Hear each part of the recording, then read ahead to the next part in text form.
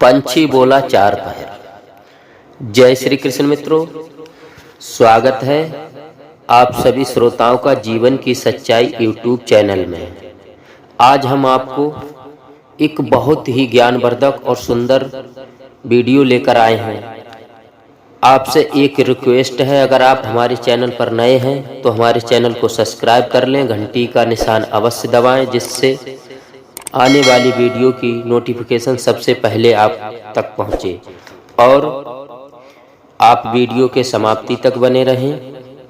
तो आपका समय ज़्यादा न लेते हुए कहानी की तरफ ध्यान देते हैं। दोस्तों, पुराने समय की बात है। एक राजा था, वह बड़ा समझदार था और हर नई बात को जानने की इच्छा रखता था। उसके महल के आंगन में एक बकौली का पेड़ था।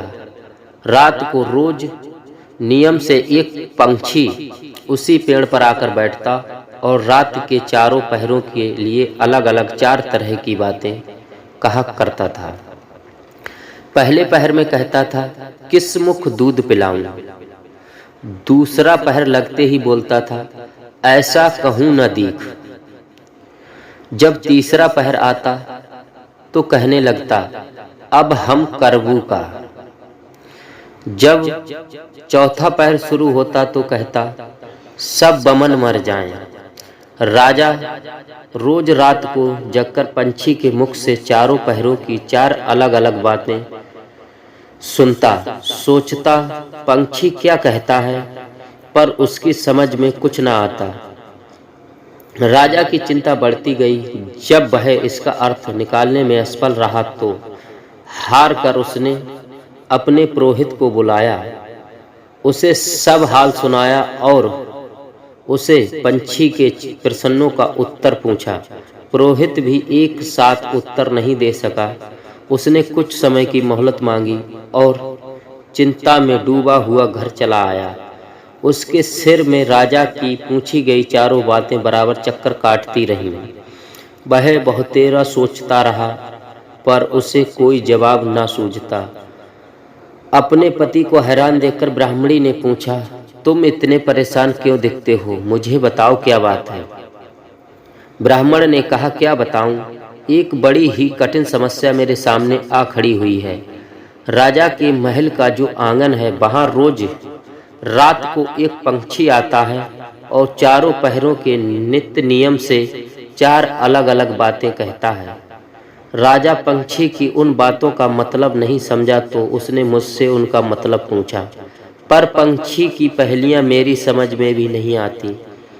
राजा को जाकर क्या जवाब दूं, बस इसी चिंता में हूँ। ब्राह्मणी बोली, पक्षी क्या कहता है, जरा मुझे भी सुनाओ। ब्राह्मणी ने चारों पहरों की चारों बातें कहे सुनाई। सुनकर ब्राह्मणी बोली, वाह, यह कौन सा कठिन काम है, इसका उत्तर तो मैं दे सकती हूँ। चिंता मत करो, जाओ राजा से जाकर कह दो कि पंछी की बातों का मतलब मैं बताऊंगी।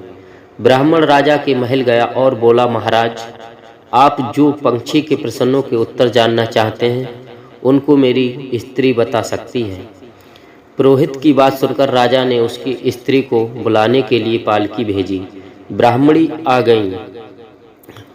राजा रानी ने उसे आदर से बिठाया। रात हुई तो पहले पहर पंछी बोला, किस मुख दूध पिलाऊं। राजा ने कहा, पंडितानी सुन रही हो पंछी क्या बोलता है। वह बोली, हाँ महाराज, सुन रही हूँ, वह अधकट बात कहता है। राजा ने पूछा, अधकट बात कैसी। पंडितानी ने उत्तर दिया, राजन सुनो, पूरी बात इस प्रकार है। लंका में रावण भयो 20 भुजा 10 शीस, माता कहे किस मुख पिलाऊं दूध। लंका में रावण ने जन्म लिया और उसके 20 भुजाएं और 10 शीस हैं। उसकी माता कहती है कि उसे कौन से मुख से दूध पिलाऊं। राजा बोला, बहुत ठीक, बहुत ठीक, तुमने सही अर्थ लगा लिया। दूसरा पहर हुआ तो पंछी कहने लगा, ऐसो कहूं न दीख। राजा बोला, पंडितानी इसका क्या अर्थ है। पंडितानी ने समझाया, महाराज सुनो, पंछी बोलता है, जब घर जंभ नवदीप, बिन चिंत आदमी ऐसो कहूँ न दीख। चारों दिशा सारी पृथ्वी नवखंड सभी छान डालो, पर बिना चिंता का आदमी नहीं मिलेगा। मनुष्य को कोई ना कोई चिंता हर समय लगी रहती है। कहिए महाराज, सच है या नहीं? राजा बोले, तुम ठीक कहती हो। तीसरा पहर लगा तो पंछी ने रोज की तरह अपनी बात को दोहराया, अब हम करबू का।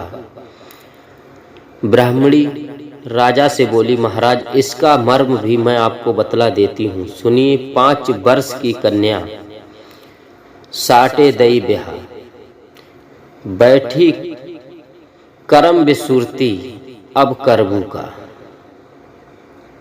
5 वर्ष की कन्या को 60 वर्ष के बूढ़े के गले बांध दो तो बेचारी अपना कर्म पीट कर यही कहेगी, अब हम करबू का। सही है ना महाराज? राजा बोला, पंडितानी तुम्हारी है भी बात सही लगी। चौथा पहर हुआ तो पंछी ने चोंच खोली और बोला, सब बमन मर जाएं। तभी राजा ने ब्राह्मणी से कहा, सुनो पंडितानी, पंछी जो कुछ कह रहा है क्या वह उचित है? ब्राह्मणी मुस्कुराई और कहने लगी, महाराज मैंने पहले ही कहा है कि पंछी अधकट बात कहता है, वह तो ऐसे सब ब्राह्मणों को मरने की बात कहता है। विश्वा संगत जो करे, सुरा मांस जो खाए, बिना सपरे भोजन करे, वे सब पमन मर जाएं। जो ब्राह्मण वैश्या की संगत करते हैं, सुरा और मांस का सेवन करते हैं और बिना स्नान के भोजन करते हैं, ऐसे सब ब्राह्मणों को मर जाना ही चाहिए और उचित है। जब बोलिए पंछी का कहना ठीक है या नहीं? राजा ने कहा, तुम्हारी चारों बातें बिल्कुल 100 आने सत्य हैं, धन्य है तुम्हारी बुद्धि को।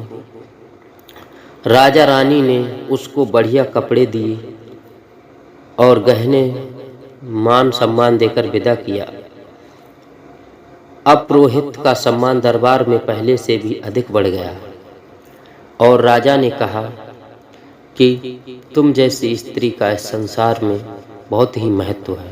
और राजा उनके बताए गए चारों प्रसन्नों से संतुष्ट हुआ। और दोस्तों, आप बताइए कि आपको ये कहानी कैसी लगी, कमेंट करके ज़रूर बताएं। जय श्री कृष्ण मित्रों।